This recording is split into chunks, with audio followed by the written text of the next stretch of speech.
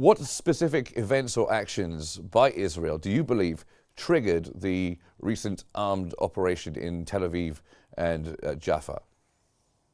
It's obvious that the attack of Israel on Hezbollah, the latest one, and the killing of Nasrallah was the main factor behind this response.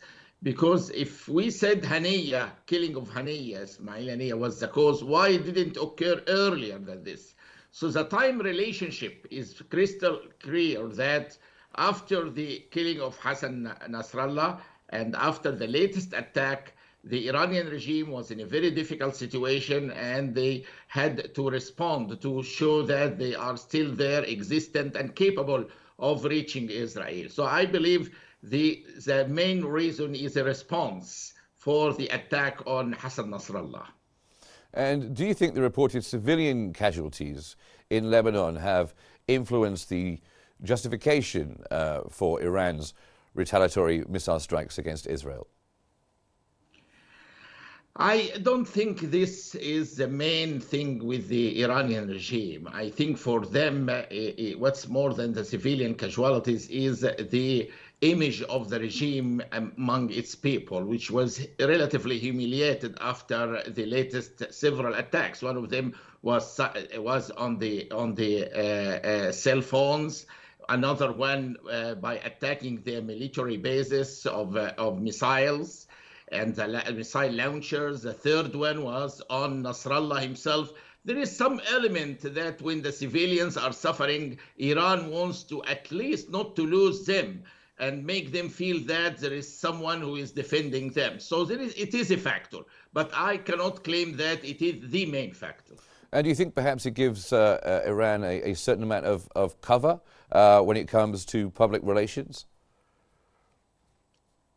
I'm sorry, can you re-explain the question? Yeah, the civilian casualties on the ground, does that give Iran a reason, in PR terms? I see the point now. It can give them some form of justification that's, among the Arab and Muslim people and among the population. But when it comes to politics and legalities, when they attacked another sovereign nation without being attacked by Israel initially, it will not be accepted by the international community, and it puts them in more awkward and difficult situation.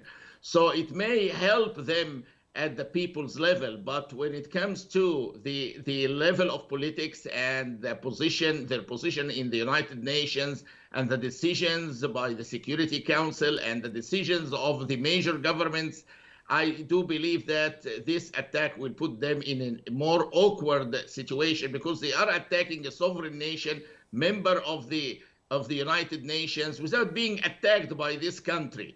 So it's they are in a difficult situation now, in my belief.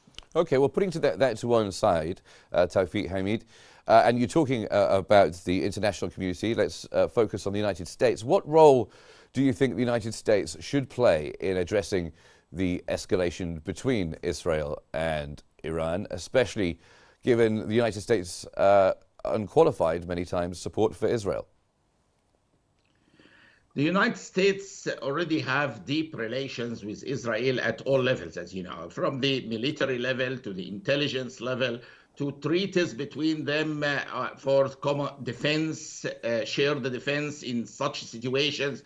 So I do believe the U.S., based on all these circumstances, will certainly remain very strong supportive of Israel and whatever Israel will do in response to this. But if you ask me what the U.S. can do in general in this situation to calm things down, I believe supporting the official Lebanese government and the Lebanese government to take control instead of Hezbollah. This will certainly start to calm the situation and may allow bridges to be built between the two sides and start things to settle down.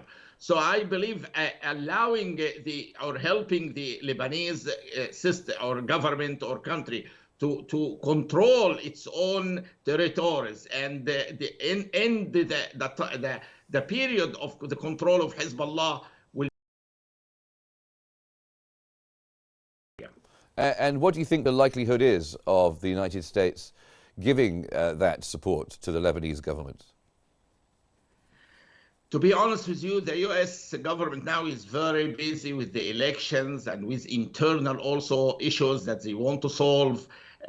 Plus, when you add the commitment to defend Israel and the failure on different political fronts that they didn't succeed to achieve any positive step when it comes to peace, for example, ending the issues with Gaza. All of this together will make the US probably reluctant to play this role, at least immediately now. So I do believe in the meantime, we will see just the traditional main support behind Israel in whatever decisions they will take against the Iranian regime. And what do you think are the potential repercussions for Iran if it continues to escalate its military actions in response? I believe the response can be extremely tough from Israel. Particularly, they do not know next time if they can reach Tel Aviv and can reach the land of Israel with such a huge number of missiles. Then how could they know that next time they may not send a dirty bomb, for example, that can cause mayhem and cause a lot of trouble to the Israeli nation? Also, they know that Israel hasn't reached a nuke yet, nuclear weapon. But if one mistake happened in this calculation, Israel will be completely destroyed. So it's for them an existential threat, as they always say it. So I believe the response is likely to be very tough against the Iranian regime, particularly the supporters of the Iranian regime and their allies everywhere are causing troubles to the world, like the Houthis in Yemen, for example. They disturb the shipping in the Red Sea area, and they affected the economy of the world and affected many other countries economically as well by impeding the normal shipping across the Red Sea and the Suez Canal.